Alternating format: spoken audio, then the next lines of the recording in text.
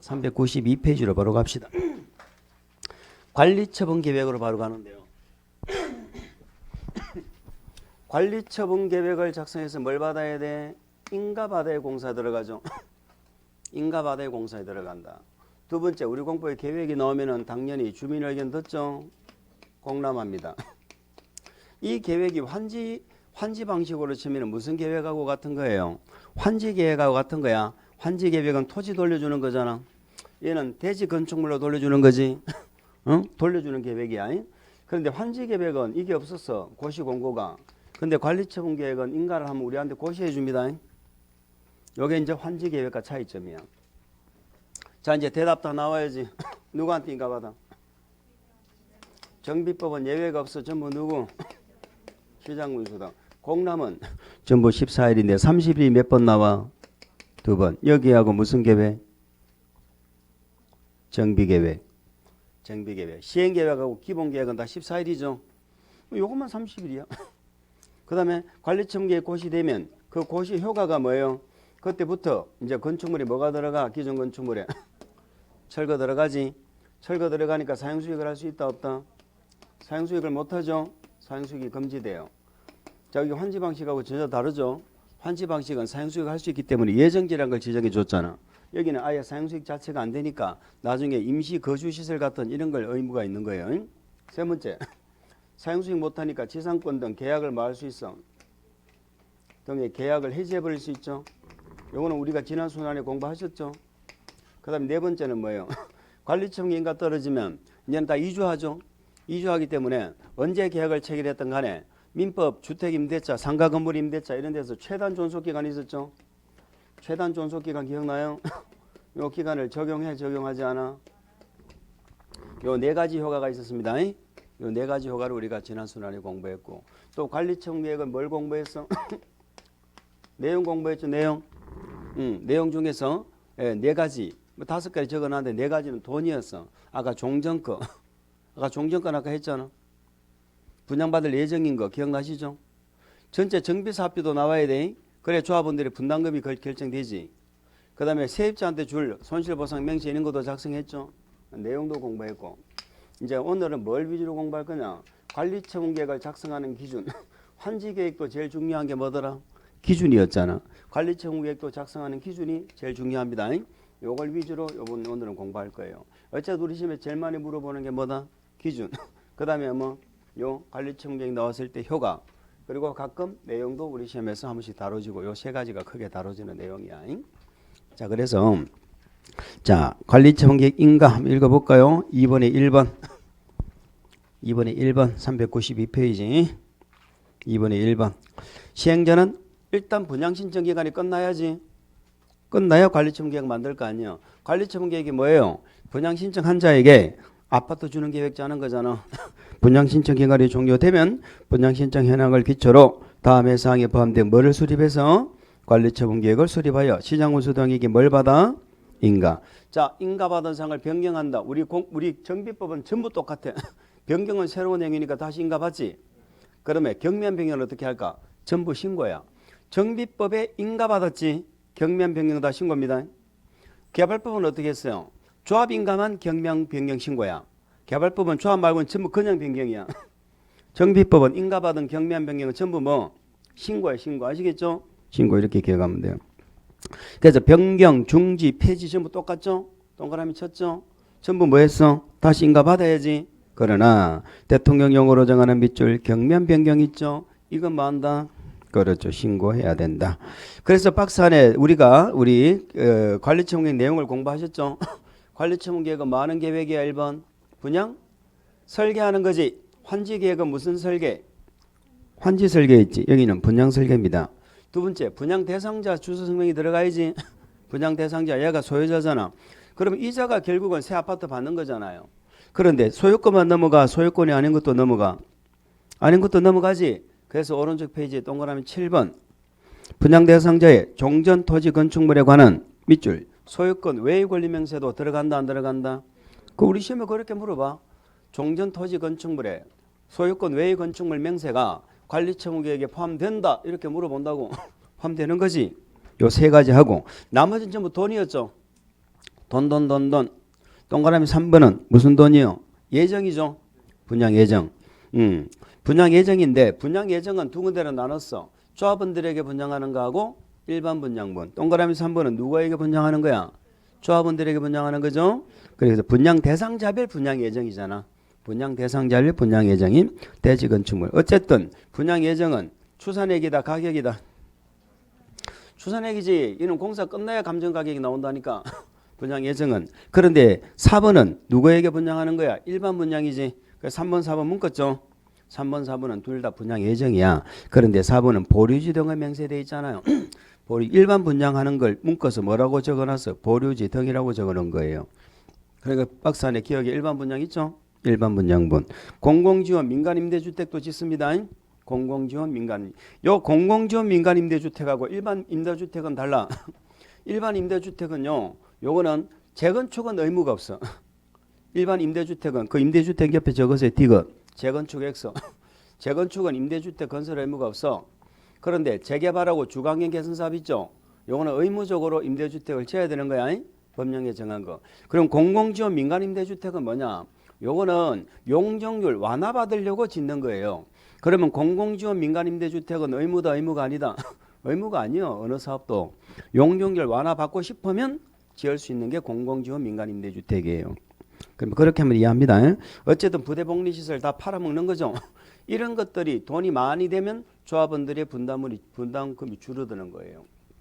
그래서 돈이 3번 4번 돈 나왔고 4번 아까 있죠. 4번 분양대상지별 종전 동그라미 종전 토지 건축물의 명세와 언제를 기준으로 평가한다고? 밑줄 사업 시행 계획 인가고시가 있은 날을 기준으로 하는 가격. 그 기준일을 꼭 기억하세요. 나중에 되면 이제 그 가로까지도 기억해야 돼. 6번에 무슨 돈이 나와? 정비사업비에 뭐? 추산액. 이제 마지막으로 정비사업비가 나오죠. 이 정비사업비가 얼마 들어가는지 정확한 가격은 아니더라도 얘가 안 나오면 안 돼. 돈이 얼마 들지 알아야 가로 밖에 보세요. 조합원의 분담 규모, 분담 시기를 정할 수 있죠. 그래서 정비사업비가 꼭 들어가야 된다는 거 기억하시기 바랍니다. 마지막으로 8번에 누구한테 줄 돈? 세입자. 세입자한테 손실보상을 명시했죠. 요게 들어가야 돼. 명세와 그 평가액을 넣는다 하는 것입니다. 그래서 이런 것들은 돈이죠. 몇 번 봐주면 이런 돈이 있다는 거 기억할 수가 있어. 첫 번째 무슨 돈이 있었어? 분양 예정. 또 무슨 돈이 들어가? 종전거, 종전 아파트 가격. 또 무슨 돈이 들어가? 전체 정비 사업비 추산액. 그죠? 그래야 뭐가 결정될 수 있어? 분담 규모, 분담 시기가 나오지. 맞지요? 그 다음에 무슨 돈이 들어가? 세입자한테 보상할 명세와 평가에. 그 밑에 뭐 9번까지 대통령까지는 몰라줬습니다. 자, 내용을 한번 봤고요. 우리는 오늘 뭘 보자는 거예요? 밑에 수립 기준 이걸 보자니까. 관리처분 계획 내용은 다음의 기준에 따라 관리처분 계획을 수립 기준 등에 필요한 사항은 대통령령으로 정한다라고 되어져 있지요. 그 대통령령을 보는 겁니다. 원칙. 종전의 토지 건축물의 밑줄 면적 이용 상황 환경 그 밖의 사항을 종합적으로 고려하여 대지 건축물이 균형 있게 분양 신청자에게 배분되고 합리적으로 이용되도록 해야 된다. 자, 우리 환지 계획의 기준 혹시 기억이 나세요? 위지면 토수리환, 위치 지목 면적 토질 수리 이용상 환경이 있었죠. 근데 여기는 면이환 3개만 적어놨네. 그런데 면이환만 고려해 그 밖의 사항을 종합적으로 고려해. 그러니까 이걸 가지고 시험 문제 내지는 않아요. 우리 모의고사 보면은 면적 이용상 환경이 없다고 해서 위치를 집어넣어서 틀렸다고 모의고사 내고 하는데 그건 잘못된 문제야. 위치도 당연히 고려가 되지. 아파트라도 위치 몇 동 몇 호에 따라서 달라지잖아 가치가. 그렇기 때문에 면이환 등을 종합적으로 고려해서 균형 있게 배분되고 합리적으로 이용되도록 해야 된다. 이렇게 훌륭한 말은 우리 시험에 절대로 틀리게 못 나와. 넘기세요. 그럼 우리는 예외를 물어보지. 지나치게 좁거나 넓은 토지 건축물 있죠. 가로로 묶어보세요. 지나치게 좁거나 넓은 토지 건축물. 자, 좁거나 동그라미, 넓은 동그라미.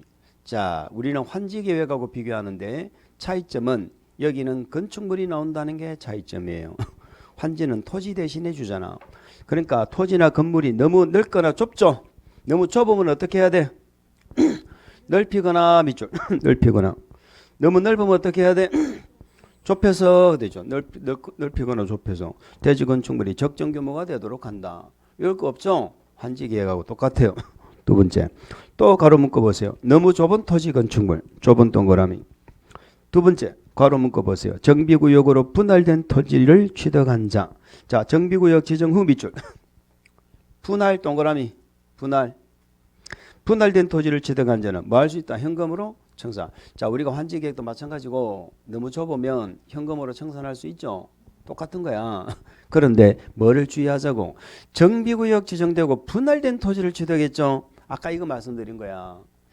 자, 조합 설립 인가가 나오고 나면은 한 명이 집이 여러 채여도 그 집을 사도 조합은 안 되잖아. 조합 설립 인가가 안 나도 정비구역만 지정 고시가 되어도 토지를 분할하게 되면은 그 자는 조합은 자격이 없는 거야. 분할해서 취득한 자. 여기는 분할했기 때문에 문제죠.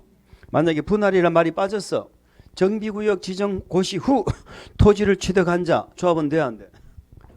정비구역 지정 고시 후 토지를 취득해서 조합은 돼야 안 돼? 된다고. 그러면 조합 설립 인가 후 토지를 취득한 자 조합은 돼야 안 돼? 조합 설립 인가 후 토지를 취득한 자 된다고. 왜 안 돼? 아니 소유자가 조합 만들면 얼마인지 사고 팔 수 있다고 그랬잖아. 근데 조합 설립 인가 후 안 되는 건 한 명 것을 여러 명이 나눠 가졌을 때야. 양수에서 수인이 공유하게 되었을 때 그때 안 된다고 그랬지. 한 명은 다 되는 거야. 한 명 갑걸 을이 샀으면 갑은 안 되는 거고 을이 조합은 되는 거잖아. 맞지요? 그런 얘기입니다. 헷갈리면 안 돼. 분할이란 말이 빠지면 안 돼. 그거 하나 주의하는 거야. 니언에 그거 하나 주의하세요.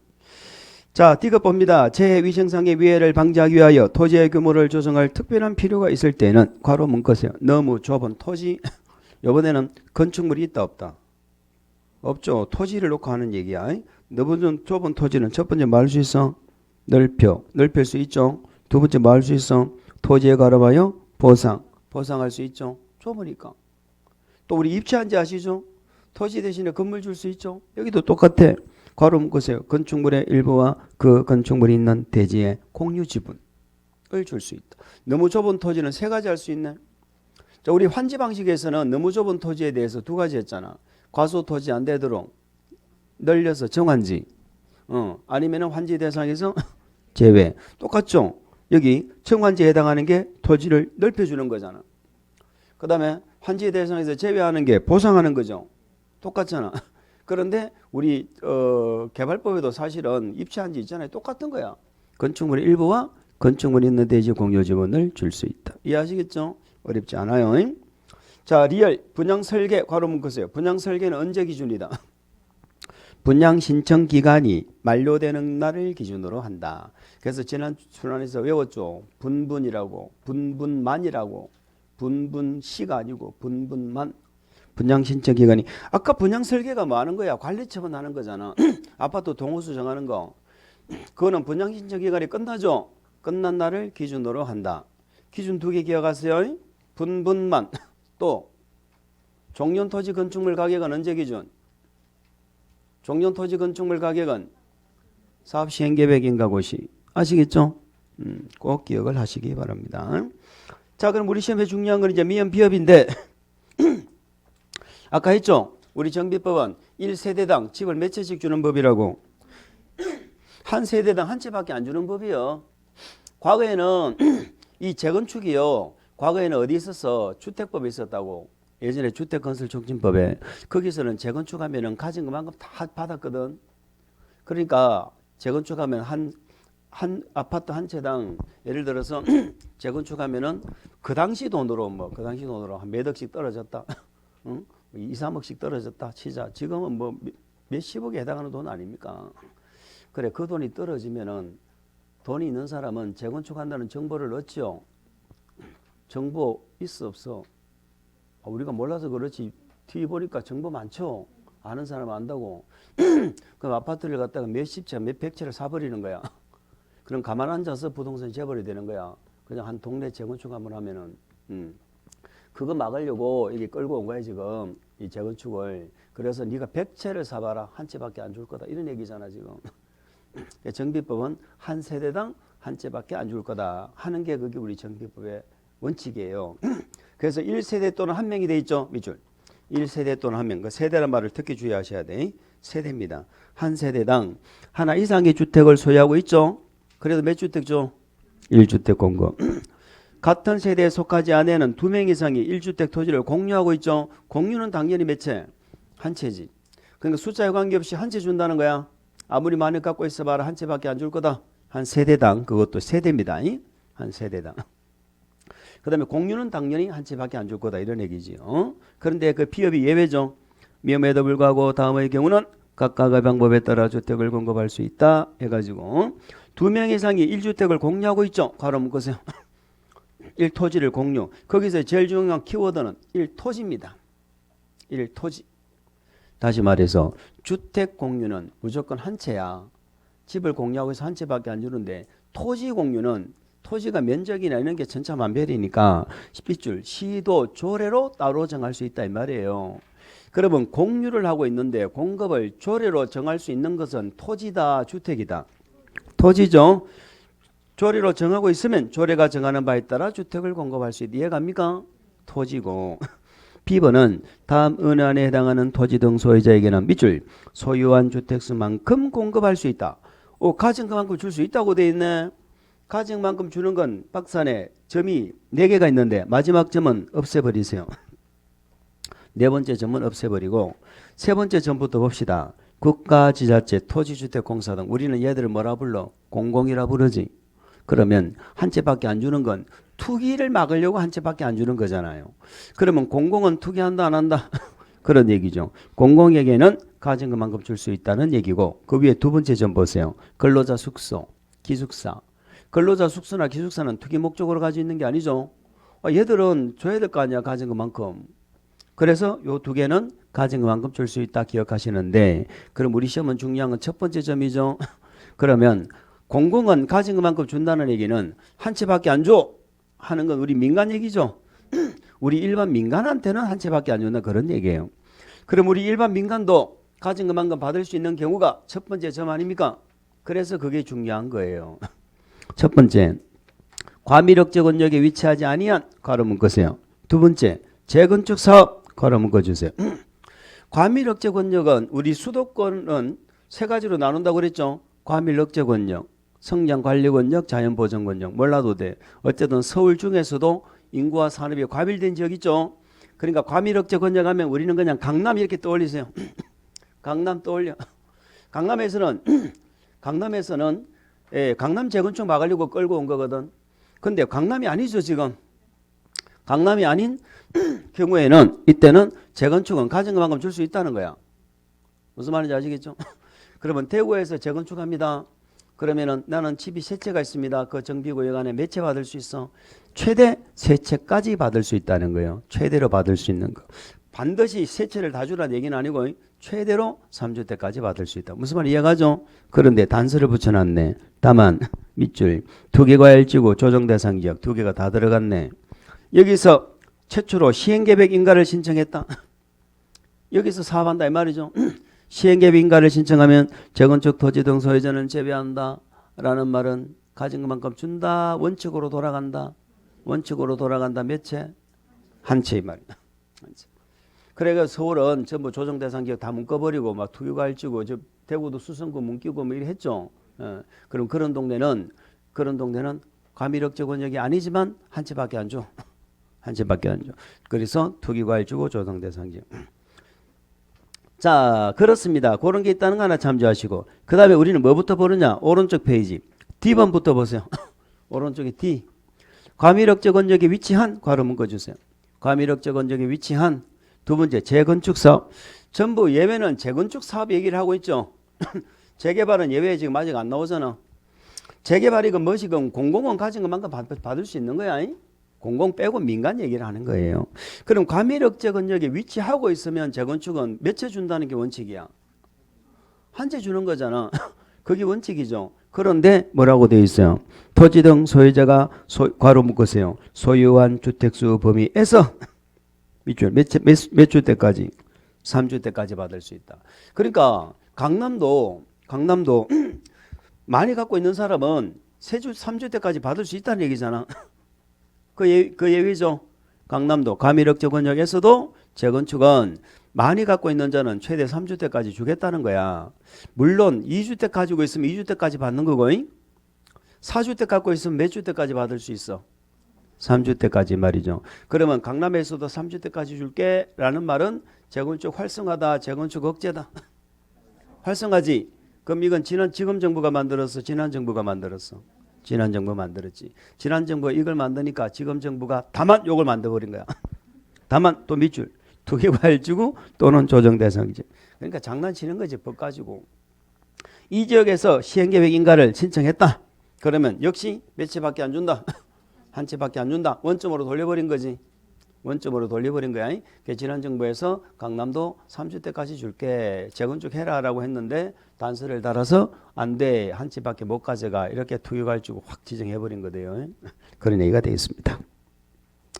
자, 그렇게 이제 재건축을 두 개를 비교했습니다. 과밀억제 권역 안에 위치하지 않으면 원칙은 몇 채? 가진 것만큼 줄 수 있죠. 과밀억제 권역 안에서는 원칙은 몇 채?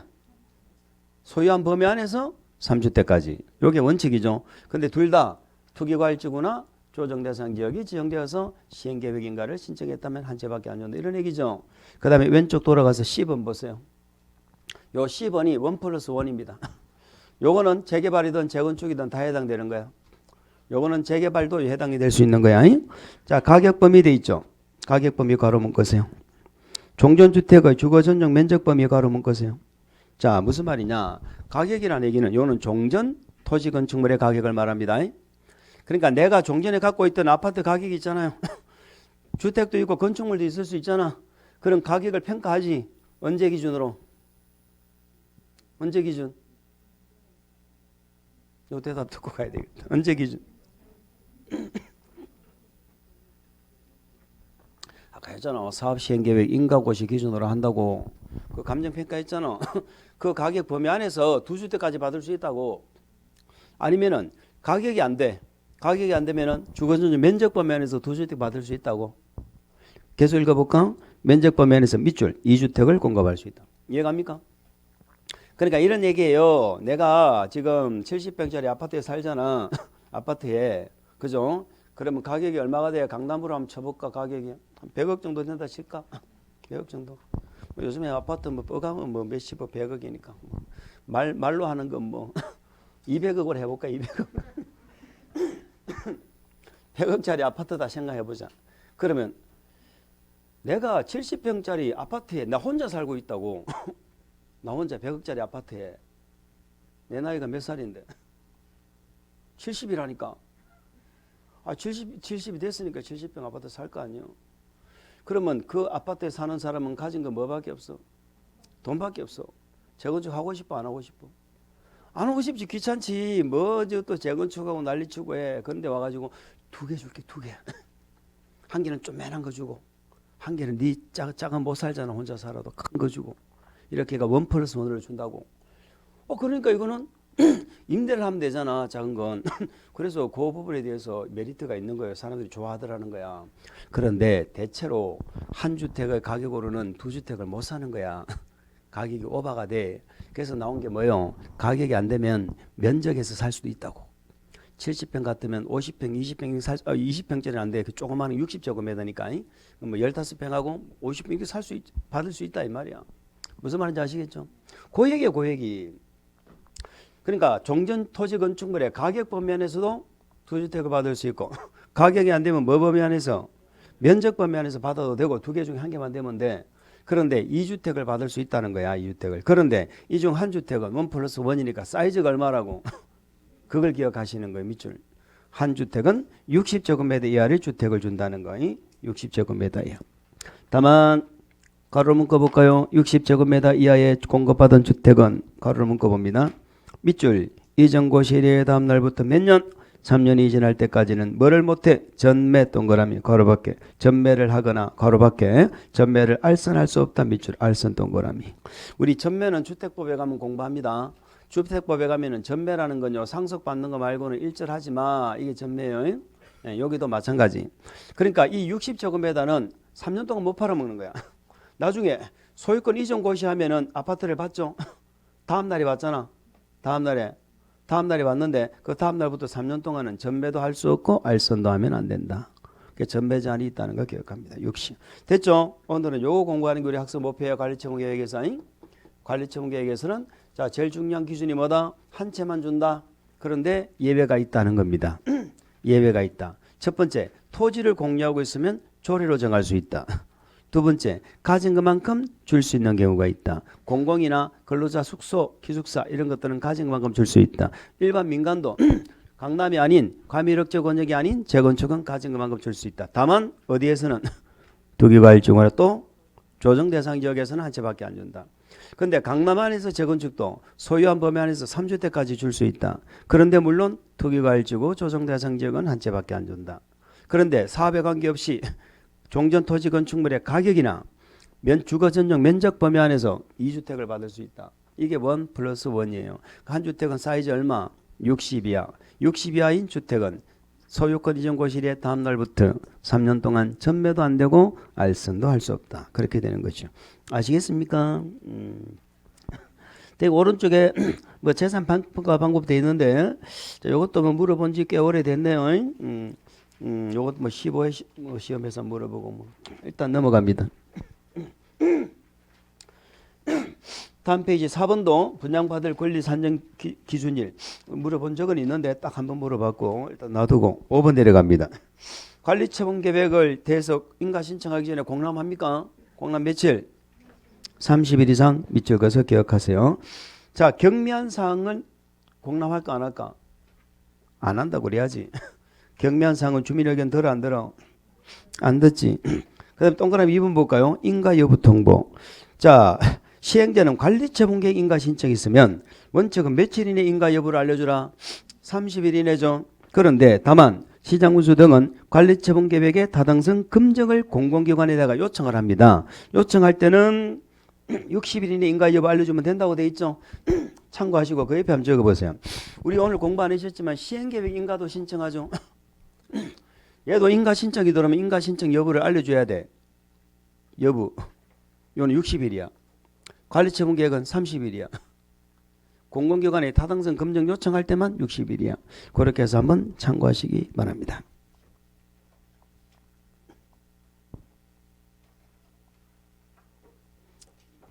오른쪽 페이지 동그라미 4번. 인가하면 고시하죠. 관리처분 계획 고시한다 안 한다? 한다. 이게 환지계획하고 차이점이라니까. 고시한다.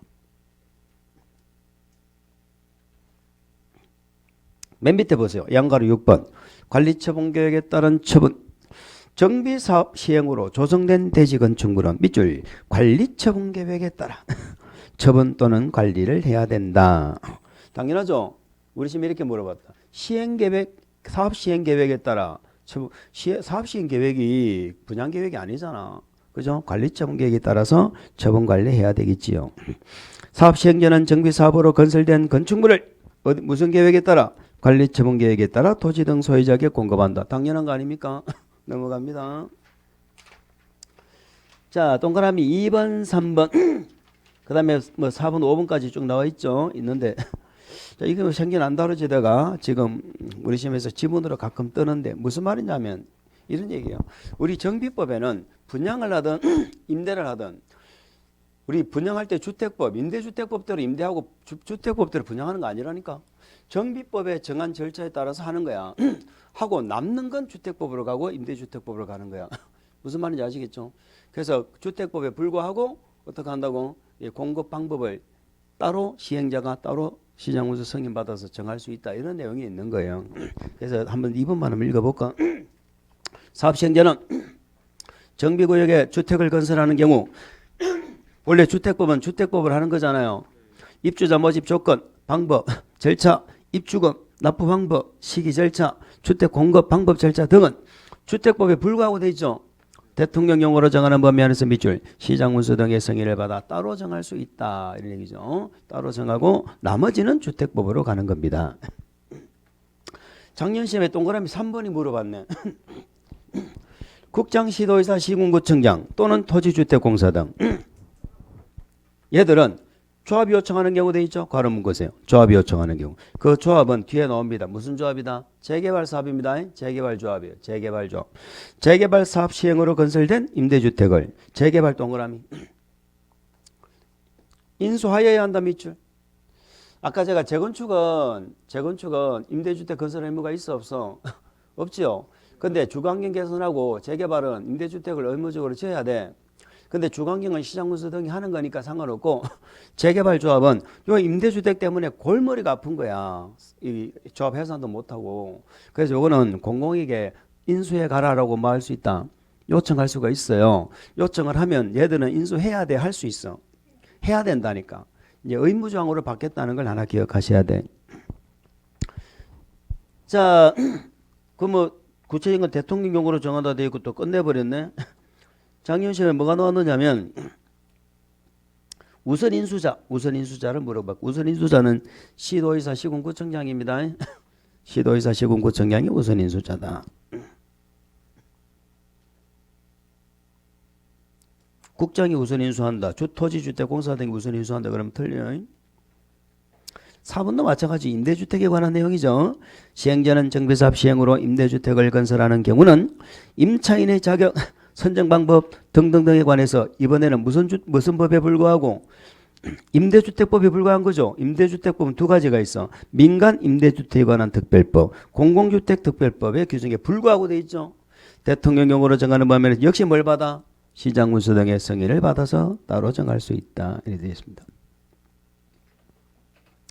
동그라미 5번. 공급하고 남는 건 어떻게 할까? 이때는 일반 주택법으로 분양하겠죠. 읽어봅니다. 시행자는 공급 대상자에게 주택을 공급하고 남은 주택을 공급 대상자 외의자에게 밑줄 그었어요. 공급 대상자 외의자에게 공급할 수 있다. 이때는 주택의 공급 방법 절차는 이때는 무슨 법을 가야 돼? 주택법을 준용해서 간다. 이렇게 보시면 됩니다. 됐어요. 뭐 지분형 물어본 적 없고 그렇게 해서 한번 참고하시고 그 페이지는 주택법대로 분양하고 임대주택법대로 임대하는 게 아니구나. 시장문서 승인받아서 따로 정할 수 있구나 하는 걸 공부하신 거예요. 오른쪽 관리처분계 고시효가 있죠. 요거 지난 순환도 했죠. 자, 사용 효과는 우리 책은 뭐 좀 흩어져 있었는가 아무튼 그랬습니다. 맨 처음에 이때부터 철거를 먼저 할 수 있다고 그랬죠. 다음 페이지 넘겨볼까? 400페이지. 자, 맨 처음에 효과는 이제 철거입니다. 그래서 철거 시기 해가지고 1번에 있는 게 원칙이죠. 언제부터 기존 건축물을 철거할 수 있다. 관리처분계획 인가를 받은 후 그걸 기억하셔야 돼. 그러면 2번은 예외겠죠. 2번은 예외, 1번은 원칙 적고 2번은 예외입니다. 예외는 무슨 말인가? 관리처분계획 인가 나기 전에 철거할 수 있다는 거죠. 그게 예외입니다. 시행자는 다음 은안에 해당하는 경우에는 밑줄 기존 건축물 소유자의 뭐 동의 동그라미 시장문서 등의 뭐 밑줄 허가 동그라미 두 개를 받아야 돼. 해당 건축물을 철거할 수 있다. 이 경우 건축물의 철거는 토지 등 소유자로서 밑줄 토지 등 소유자로서 권리 의무에 영향을 주면 돼 안 돼? 그 말은 미리 철거해도 보상한다 안 한다? 한다 이런 뜻이에요. 그러면 미리 철거할 수 있는 경우가 박스 안에 두 개가 있죠. 자, 법 이름 알 필요 없고 기존 건축물의 밑줄 붕괴 등 안전사고 우려가 있다. 이런 경우. 두 번째, 범죄 발생 우려가 있다. 이런 경우는 미리 철거해 버릴 수 있다는 거죠. 이럴 때는 기존 건축물 소유자의 뭘 받고 동의받고 시장문서 등의 뭘 받고 허가받고 그렇게 철거할 수 있다는 예외가 있다는 것입니다. 앞으로 돌아갔어요. 두 번째 효과는 사용 이제는 철거 들어가니까 사용을 할 수가 있어 없어? 못하지. 그래서 1번에 관리처분 인가고시 효과에 사용수익 정지 나오죠. 자, 종전토지 건축물의 소유자, 지상권자, 전세권자, 임차권자 등 권리자는 언제부터? 관리처분계 고시 효과잖아. 그게 중요한 거예요. 언제까지? 소유권 이전 고시가 있는 날까지. 다음 날부터는 이제 아파트 받으니까 그 기간을 기억하세요. 관리처분계획 고시가 있을 때부터 소유권 이전 고시가 있을 때까지 종전토지 건축물을 뭐 할 수 없어 밑줄 사용 수익할 수 없다. 여기도 예외를 기억하셔야 돼. 사용 수익할 수 있는 예외가 두 가지가 있죠. 다음 은안에 해당하는 경우 첫 번째 시행자의 동의를 받았다. 두 번째 공치법에 따른 뭐를 하지 않았어 밑줄 손실보상이 완료되지 않았다. 세입자한테 보상을 아까 관리청구액 내용에 세입자한테 보상할 걸 명시를 했잖아. 근데 그대로 해주고 공사 들어가야 되는데 그게 완료되지 않으면 세입자는 계속 사용할 수 있다는 거예요. 그 말의 의미는 공사하고 싶으면 뭐하라고? 보상해라 이 말입니다. 아시겠죠? 기억하시면 되겠습니다. 자, 그 다음에 세 번째 효과가 뭐다? 지상권 등 계약을 해지할 수 있죠? 사용 못하니까. 정비사업 시행으로 지상권, 전세권, 임차권 설정 목적을 달성할 수 없는 때에는 밑줄 권리자는 계약을 해지할 수 있다. 자, 우리 환지 방식을 떠올려 봅시다. 환지 예정지라는 게 있었지. 예정지가 지정되면 종전 토지가 아니고 예정지를 사용해야지. 토지가 바뀌었기 때문에 임대료 올려줘 깎아줘 했죠. 임대료 등의 정감 청구, 권리 포기 계약 해지 있었잖아. 그런데 정비법은요 사용할 수 없기 때문에 지금 권리 조정하는 거야. 그럼 여기서 하는 건 사용할 수 없으면 계약 해지밖에 없어. 여기 뭐 임대료 올려줘 깎아줘 이런 말 나올 여지가 없잖아. 사용을 못 하는데. 맞지요? 그래서 계약을 말할 수 있다. 해지할 수 있다는 얘기죠. 그럼 계약 해지하면 보증금 받아 나가야지. 전세금. 이걸 금전 반환 청구권이다. 이렇게 얘기합니다. 그러면 보증금 내놔. 이거는 누구한테 하는 거야? 집주인한테 해야지. 조합원한테. 그런데 집주인이 안 주면 누구한테 할 수 있어? 시행자에게 할 수 있다. 밑줄. 시행자에게 행사할 수 있다라는 것입니다. 시행자는 대신 돈 내준 거요? 자기가 줄 돈을 준 거야? 대신 준 거지. 대위 변제. 그러니까 당연히 시행자는 뭐 한다? 구상하겠지. 맨 끝에 구상할 수 있다. 밑줄. 구상이 안 되면 어떻게 한다고요? 압류합니다. 압류. 자, 우리 개발법에서는 환지 방식은 구상이 안 되니까 어떻게 했었어? 강제징수. 시군구에 위탁하고 뭐 이렇게 했잖아요. 강제징수. 정비법은 뭘 좋아해? 압류를 좋아해. 압류. 정비법은 구상 안 되면 압류합니다. 이 압류한 권리는 뭐하고 동일한 효력을 가져? 저당권, 밑줄. 저당권과 동일한 효력을 갖는다. 저당권과 동일한 효력을 갖는다는 말의 의미가 뭐다? 돈 안 주면 경매 붙여버린단 말이에요. 경매. 아시겠죠? 전세권과 동일한 효력하면 안 돼. 전세권도 경매 붙일 수 있어 없어? 있지. 근데 전세권은 사용수익 용익권이잖아. 용익물권. 그걸 사용한단 말이 아니라니까. 압류하는 말은 저당권과 동일한 효력이지. 전세권 하면 안 돼. 그 다음에 또 마지막 효과가 뭐다? 5번에 적용제외. 관리처분의 인가 받았죠? 그 말이 중요합니다. 관리처분의 인가를 받으면 본격적으로 이주가 시작되죠? 그런데 민법, 주임법, 상임법에 최단 존속기간을 적용하면 돼? 안 돼? 안 된다. 최단 존속기간 적용하지 않는다. 그렇게 기억하시면 됩니다. 됐어요. 나머지는 놔두고. 이제는 401페이지 보면은 공사가 끝났네. 공사가 끝났어. 그러면 뭘 받아? 준공인가를 받지요. 우리 개발사업하고 시설사업은 공사가 끝나니까 뭘 받더라? 준공검사 받았지? 준공검사. 자, 여기도 공사가 끝나면은 준공검사를 받는데 정비법은 준공검사라고 안 하고 준공인가다 이렇게 표현해요. 이렇게 돼 있어. 법좀 보면은 공사가 끝나면 지체 없이 준공검사를 준공인가를 신청하면 시장운수 등은 준공검사를 해서 합격하면은 준공인가를 한다고 이렇게 돼 있어. 뭔 소리인지 모르겠다, 그죠? 뭐 한다 그러는지 모르겠어. 하여튼 그렇게 얘기해. 그럼 준공인가가 떨어지면은 이제 공사가 끝났죠. 공사 완료 고시하면 돼. 같은 말로 준공인가 고시해도 돼. 준공인가 고시. 자, 무슨 뜻이에요? 준공인가는 누가 할까? 그렇지, 시장운수 등이 하지. 그럼 시장운수 등이 시행자면은 준공인가 절차가 없을 거 아니야. 바로 공사 완료 고시하겠지. 시장운수 등이 아닌 자는 준공인가 받겠지. 그래서 준공인가에서 고시한다 이 말이야. 이 같은 말이야. 공사 끝났다는 의미야. 그럼 준공인가 고시가 떨어지면은 뭐 한다? 지체 없이 이제는 소유권 이전 해줘야지. 소유권 이전. 소유권 이전을 하는 방법은 소유권 이전은 무슨 내용대로 해야 돼?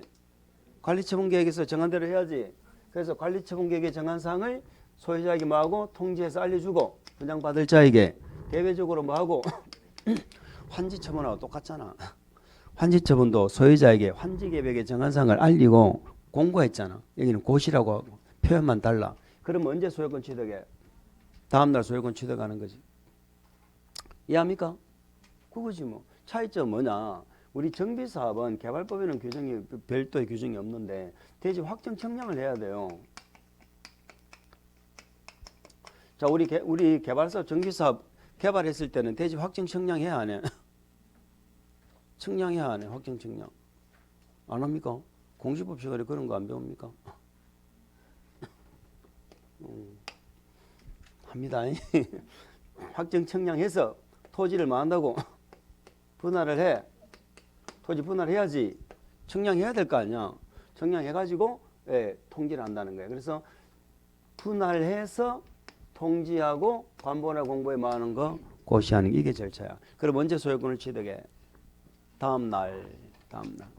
아시겠죠? 그래서 시장 운수 등의 준공인가 돼 있죠? 거기는 시장 운수 등이 아닌 시행자는 준공인가 받겠지. 거기 밑줄 시장 운수 등이 아닌 시행자. 그럼 시장 운수 등인 시행자는 준공인가 받아 안 받아? 안 받겠지. 넘기세요. 뭐 다음 페이지 있는 거 이런 것들만 크게 중요하진 않아. 그래서 한번 보시고 나머지는 우리가 월요일 과정에서 보시고 우리는 역시 뭘 봐야 돼? 오른쪽 페이지. 소유권 이전 고시 등 요걸 보는 겁니다. 시행자는 공사 보고 계시죠? 오른쪽 페이지. 공사 완료 고시가 있을 때 그걸 괄호로 묶었죠? 묶어서 원칙 이렇게 적었을 겁니다. 원칙. 공사 완료 고시가 있었다. 그 위에 적으세요. 공사 완료 고시 위에 준공인가 고시 같은 말이에요. 준공인가 고시. 준공인가 고시나 공사 완료 고시나 같은 말이에요. 공사 다 끝났다는 말이에요. 지체 없이 대지 확정 청량 토지 분할 절차를 거쳐서 관리처분 계획에 정한 상을 분양받을 자에게 통지. 그 전체를 괄호로 묶어볼까? 자, 그러면 대지 확정 청량 토지 분할 절차 여기 1번이라고 하고 그 두 번째 관리처분 계획에 정한 상을 분양받을 자에게 통지하죠. 통지하는 게 2번이라고 하고 그리고 대지 건축물의 뭐 소유권을 이전한다. 이렇게 하면 되는 거죠. 자, 다만 예외죠. 정비사업의 효율적인 추진을 위하여 필요하다고 인정하는 경우는 해당 정비사업에 괄호로 묶어야죠. 공사가 완료되기 전이라도 완공된 부분이죠. 그 부분에 대해서 뭘 받아서? 준공인가를 받아서 대지 건축물별로 분양받을 자에게 소유권 이전할 수 있다. 자, 완공된 부분, 완료가 되기 전이라도 완공된 부분 있죠. 그게 예외죠. 그럼 여기서 원칙 예외는 뭐가 원칙이요? 공사 다 끝나고 준공인가 받는 게 원칙이다 이 말이잖아. 그런데 효율적인 사업을 위해서는 공사 완료된 부분만 준공인가 받아서 소유권 이전할 수 있다는 거죠. 그래서 그게 원칙과 예외가 된다는 얘기입니다. 자, 소유권 이전 고시 보고 시행자는 대지 건축물에 괄호로 묶었죠. 소유권을 이전하려는 경우 소유권 이전하는 방법이 뭐예요? 해당 지자체 공보에 밑줄 공보에 고시하는 거죠. 고시 동그라미. 그리고 시장군수 등에게 뭐 하면 돼? 보고 동그라미. 그럼 모든 절차가 끝나. 이 경우 대지 건축물을 분양받을 자는 언제 소유권을 취득해? 고시가 있은 날에 다음날 동그라미. 다음날에 소유권을 취득한다. 우리 아까 관리처분 계획에 소유권만 적었어요. 소유권이 아닌 권리 명시도 작성했어요. 했지? 그때는 소유권이 아닌 권리도 넘어오죠. 다음 페이지 1번 소유권 외의 권리죠. 대지 건축물을 분양받을 자에게 괄호로 묶어주세요. 소유권을 이전한 경우 소유권 이전했죠. 자, 종용 토지 건축물에 설정된 지상권, 전세권, 저당권, 임차권, 가등기 담보권, 가압류 등 등기된 권리 그걸 괄호로 묶었던가요? 등기된 권리. 주택임대차 괄호 묶으세요. 주택임대차법의 대항 요건을 갖춘 임차권. 이건 밑줄 소유권을 이전받은 대지 건축물에 설정된 것으로 본다. 그러니까 종전토지 건축물의 권리가 넘어오는데 어떤 권리가 넘어온다고? 대항력 있는 거. 등기된 권리라는 얘기는 그게 등기가 되면은 가장 대표적으로 효과가 대항력이 있는 거잖아. 그다음에 주택임대차보호법은 등기 안 해도 대항력이 있죠. 응? 주택 인도하고 주민등록 이전하면은 대항력 생기잖아. 그래서 대항력 있는 건 새로 받은 대지 건축물에 존재하는 것으로 본다. 이런 얘기예요. 자, 그 뒤에 뭐 등기 있는데 환지 방식도 마찬가지고 우리 개발사업 정비사업은 법률 규정에 의해서 다음 날에 소유권 취득하죠. 민법은 법률 규정에 의해서 물건을 취득하면 등기 안 해도 되죠. 어떤 경우만 등기하면 돼? 처분. 민법에서는 팔아먹으려면 등기해야 되잖아. 근데 우리 개발법 정비법은 안 팔아먹어도 등기해야 된다고. 정비법은 지체 없이 해야 돼. 개발법은 아직 공부 안 해서 몰라도 돼. 청산권만 한번 봅시다. 청산권. 대지 건축물을 분양받은 자가 종전에 소유하고 있던 토지 건축물의 가격하고 분양받은 대지 건축물 가격 사이에 차이가 있죠. 그럼 청산하는 거잖아. 시행자는 언제 소유권 이전 고시가 있은 후 돼 있죠. 거기 밑줄 소유권 이전 고시가 있은 후 그 차액에 상당하는 금액을 징수하거나 지급을 해야 된다. 자, 우리 도시개발법에는 뭐라고 돼 있었는가 한번 떠올려 볼까? 환지처분 공고 후 확정된 청산금 이렇게 했거든. 확정은 개발법은 언제 됐어? 공고하면 다음 날에 확정됐거든. 그런데 정비법은 소유권 이전 고시 후 이렇게 돼 있잖아. 다음 날이라 말이 없죠. 그런데도 의미는 다음 날입니다. 의미는 다음 날이에요. 다음 날 말이 없어도 의미는 다음 날이야. 어쨌든 우리 시험은 법조문 그대로 나와. 소유권 이전 고시 후 징수 지급한다. 그러면 거기다가 원칙이라 적으세요. 소유권 이전 고시 후 거기다가 원칙. 그러면 다만 나오죠. 그 다만이 예배겠지. 다만 정관 등에서 정관 등 동그라미 칠 수 있겠나? 정관 등 동그라미에서 분할 징수 지급을 정하고 있거나 거기까지 하나 끊고 총회 의결 동그라미 치세요. 총회 의결을 거쳐서 따로 정한 경우 이때는 관리처분계획 인가 후부터 소유권 이전 고시가 있는 날까지 일정 기간별로 밑줄 분할 징수하거나 분할 지급할 수 있다. 우리 개발법도 이자를 붙여서 분할 징수 교부했죠. 예? 분할 징수 교부했잖아. 여기도 분할 징수 지급돼야 한대. 되죠. 그런데 우리 정비법은 좀 기억이 좀 안 나겠지만 기억이 안 나는 게 아니고 내일 되면 잊어버리겠지만 정비법에서 분할 징수 지급하는 사유는 정관 등으로 정하거나 총회에서 의결을 했을 때예요. 정관 등에서 분할 징수 지급을 정하고 있거나 아니면 총회에서 의결했죠. 그때는 분할 징수 지급이 된다. 이런 얘기입니다. 참고하시면 되겠어요. 그럼 원칙은 일시불이 원칙이죠. 언제? 소유권 이전 고시 후 일시불. 예외적으로 분할징수 지급되죠. 분할징수 지급 언제? 관리처분 인가 후 소유권 이전 고시일까지. 그러니까 본래는 소유권 이전 고시를 해야 그죠? 새로 받는 아파트 감정 가격이 나오고 청산할 수 있잖아. 그런데 정관등으로 정할 때는 소유권 이전 고시가 있기 전이라도 미리 뭐 한다고 전이라도 분할징수 지급이 되도록 한다는 거예요. 그러면 여기서 우리 환지 방식을 잠깐 생각해 보면 환지 방식은 환지를 안 받는 자는 미리 줄 수 있었잖아. 기억납니까? 근데 정비사업은요 달라요. 아파트 안 받죠? 안 받는 자는 기간을 딱 정해놨어. 며칠 이내 주라고. 아까 공부는 안 했어. 아시겠죠? 주라고 못을 박아놨고 이거는 아파트 받는 자는 소유권 이전 고시 후 청산하는 건데 아파트 받는 자도 예외적으로 정관등으로 정하면 소유권 이전 고시가 있기 전에 일정 기간별로 이렇게 분할징수 지급이 된다. 그런 뜻이에요. 자, 어쨌든 나는 무슨 소린지는 모르겠는데 원칙은 일시불이 원칙인데 분할징수 지급이 된다 안 된다? 된다. 요 정도는 기억을 좀 해주시라는 얘기입니다. 자, 나머지는 밑에 보면은 뭐 청산금이 징수 방법 안 내면 강징수 들어가요. 똑같아요. 민간은 시장운수 행령청은 시장운수 등밖에 없잖아. 시장운수 등은 지가 강제징수 하겠죠. 지방세 체납처분에 따라서 강제징수합니다. 그런데 행령청이 아닌 자는 위탁하겠죠. 그 두 번째 줄 나와 있죠. 시장운수 등이 아닌 시행자는 시장운수 등에게 징수를 위탁하고 그럼 시장운수가 지방세 체납처분에서 강제징수 해주면 수수료 몇 프로 떼죠? 수수료 4% 똑같다고 똑같은 거야. 공탁도 나오죠. 청산금을 지급받을 자가 받을 수 없거나 거부한다. 자, 거부한단 말이 이 청산금이 뭐예요? 이게 손실보상금이라니까. 난 그거 받고는 안 돼. 이러면 소송 들어가야 되잖아. 그래서 그때는 법원에 공탁하는 거야. 공탁할 수 있다. 우리 공법의 소멸시효는 몇 년이다? 5년이라니까 뭐 10년이요. 언제 10년이란 말 들어봤어? 개발부터 5년, 우리 공법에 소멸준다 5년이야. 그런데 여기 언제부터 5년이야? 소유권 이전 고시일의 다음날, 여기는 명확하게 다음날이라 적어놨죠. 그 다음날에 적어놨으면 다음날 빼먹고 물어봤겠지. 그러니까 아까 제가 뭐라고 그랬어요? 아까 왼쪽 페이지에서 소유권 이전 고시 후 징수 지급한다고 그랬잖아. 근데 후라고 되어 있지만 의미는 다음날이라고. 의미는. 우리가 소멸시효라는 게 뭐예요? 권리를 행사할 수 있는데 행사를 안 한다는 거죠. 다음 날부터 징수할 수 있으니까 다음 날부터 5년간이 되는 거야. 아시겠죠? 자, 밑에 저당권 물상대비. 우리 민법 시간에 물상대비 공부했죠? 여기도 마찬가지 물상대비가 됩니다. 물상대비가 된다. 정비구역에 있는 토지 건축물의 저당권을 설정한 권리자. 저당권자죠. 시행자가 저당권이 설정된 토지 건축물 소유자에게 청산금을 지급하기 전에 자, 밑줄 청산금 지급하기 전에 뭐 해야 돼? 압류해야지. 압류해야 됩니다. 얘는 민법 시간에 공부하는 거지 공법 시간에 공부하는 거 아니잖아. 압류해야 물상대비가 된다는 것입니다. 우리 정비법은 이 정도로 일단 마무리를 짓고요.